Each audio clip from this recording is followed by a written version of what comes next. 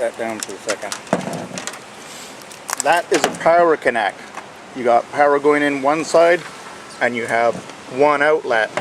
If you want to run 2 strands of wire, you would order a power splice. It would have 2 outlets. And if you wanted to run 3 runs of wire, you'd order a power T, which would have 3 outlets. Not to be confused with a splice or a T that are connecting components that don't have power in them.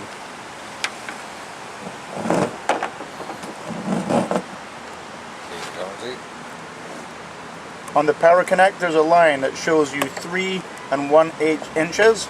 You mark that and you take the orange insulation off to a length of 3 1/8 inches without damaging the inner cable or wire mesh.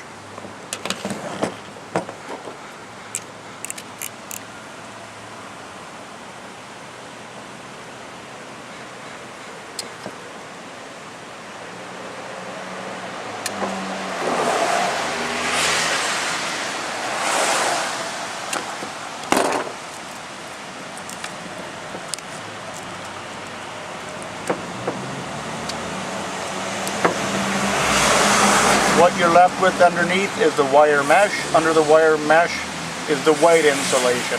So the next thing you're going to do is put on the steel clip that comes inside the power connect. The steel clip is a very important component. Unless this is installed properly, this will not work. Put the steel clip on top of the orange insulation and you're going to roll the steel mesh back over the steel clip. Watch how Kevin does this here. This is awkward and it takes a few attempts till you get the feel of it. But you end up with the wire mesh rolled over the steel clip onto the orange insulation. If this is not done, the heat tracing will not function.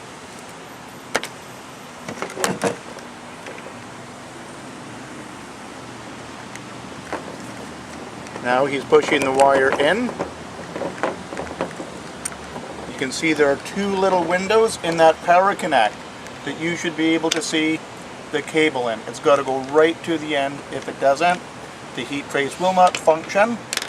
And you're going to take the 2 screws and you're going to screw them down. And right now he's just tightening up that end component. That makes it watertight. Make sure it's loose before you install it, then you tighten that up. Now he's going to take this tool and he's going to tighten those up. If they're not tight enough, you won't get the grip into the cable, it won't function. If you over tighten them, they'll break. It is possible to break a head off and still have it function. You want to try to avoid it. You sort of feel the teeth cutting into the cable when you're doing that once you've done a few.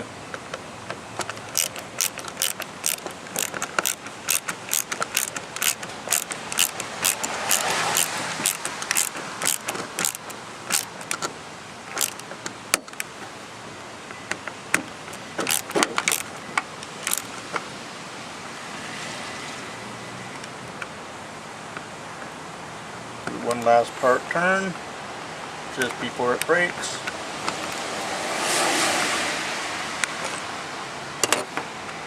That should suffice. Now you roll it over, click it shut, and that should be good to go.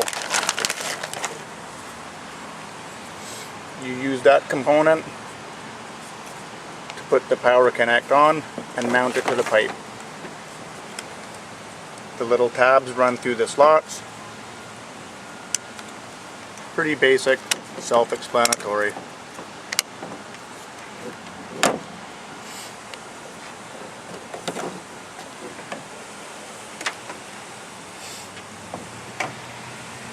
End seal. End seal. Now for the end seal, you're going to mark the cable on the insulation exactly 1 inch back from the end.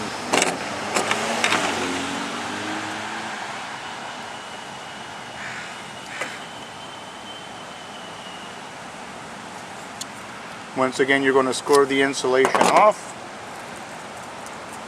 But with the end seal, as opposed to the power connect, you're also going to take off the wire mesh. The wire mesh does not stay on. Kevin here's going to use scissors, you could use Rans, nippers, whatever you have, but the mesh has to come off totally to install the end seal. The end seal has a gel inside of it. That gel is an electrical conductor of some sort that allows the power to go from the one side and back down the other.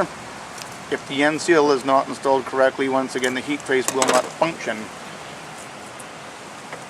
When you put the end seal on, you push it on. It might feel like it's on good and snug, but to have it snug enough, you will actually feel a little click. There's jaws inside there. It snaps in place.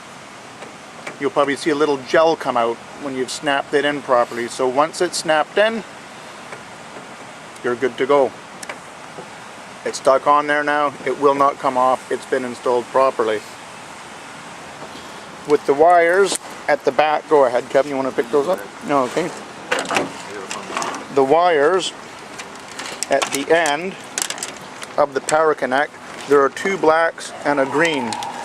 In order to measure test it, you have to put one end of the measure tester on the two black wires and one on the green. So who's ever installing should be instructed before the measure test is going to be done to take wire cutters and strip these back about 2 inches each on the green and the two blacks. And when the two blacks are stripped back 1 inch each, they're rolled together.